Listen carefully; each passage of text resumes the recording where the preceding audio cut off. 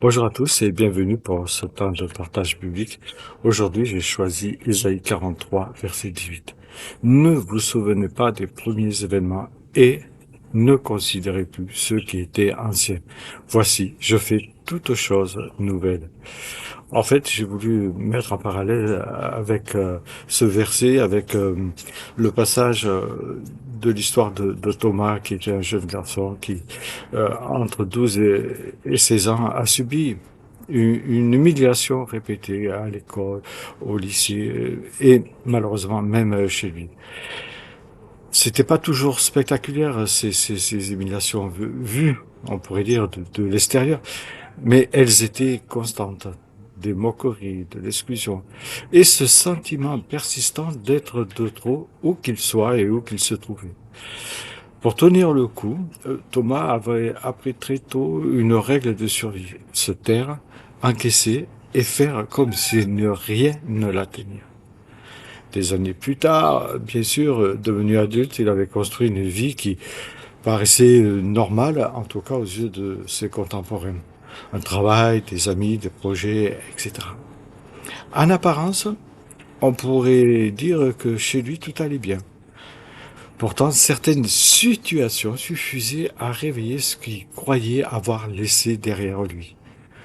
Une petite remarque anodine, un regard, une discussion de groupe, et instantanément, quelque chose se refermait en lui.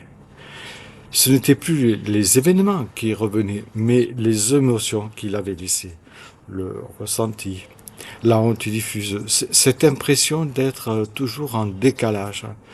Et une vigilance permanente était en lui, comme s'il devait sans cesse se protéger des dangers invisibles ou d'un danger invisible. Le plus difficile était que les blessures continuaient d'influencer son présent. Elles ressemblaient, vous savez, un peu à ces sacs d'ordures qu'on laisse s'accumuler sans jamais les sortir. Et malgré tout, on finit par s'habituer à leur présence, mais elles continuent d'encombrer notre espace et malheureusement répandre cette odeur euh, insupportable. Chez Thomas, ces blessures se manifestaient sous différentes formes. Ça pouvait être lors d'une réunion où il se sentait de nouveau invisible, voire nuisible même. Dans ses relations, il anticipait le rejet avant même qu'il existe. On pourrait dire que son passé ne dictait plus les circonstances, mais il lui influençait encore sa manière de vivre. Et un jour, Thomas, par curiosité, se rendit à une soirée d'évangélisation et le pasteur lut ce passage de 2 Corinthiens 5, 17. Si quelqu'un est en Christ, il est une nouvelle créature. Les choses anciennes sont passées. Voici toutes choses sont devenues nouvelles.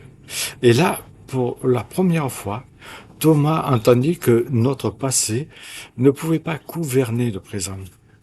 Il comprit que ses fautes, ses regrets et sa culpabilité avaient été portés par Christ à la croix de Golgotha, et une fois pour toutes.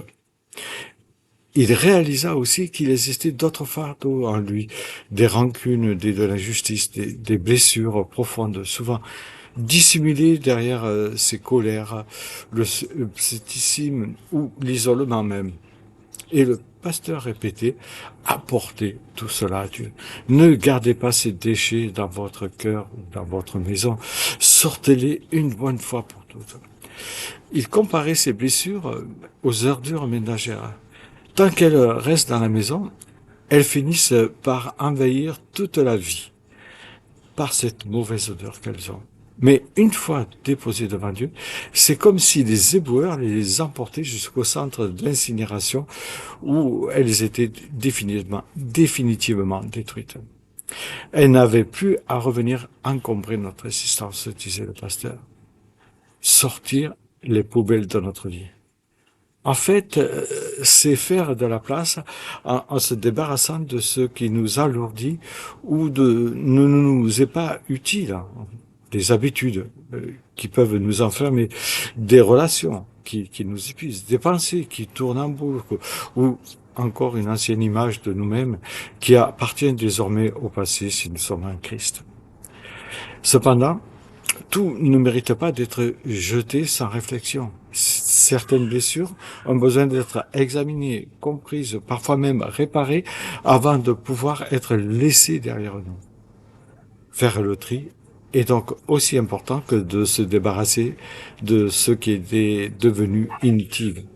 Alors, si vous n'avez pas encore sorti les poubelles de votre vie, peut-être qu'il est encore temps aujourd'hui de commencer, de les déposer devant Dieu, tout ce qui vous retient. Oui, faites de la place pour que ce qui construit et avancez plus léger vers ce qu'il a préparé pour vous, car je crois que Dieu a des projets pour vous. Bonne journée à chacune et chacun.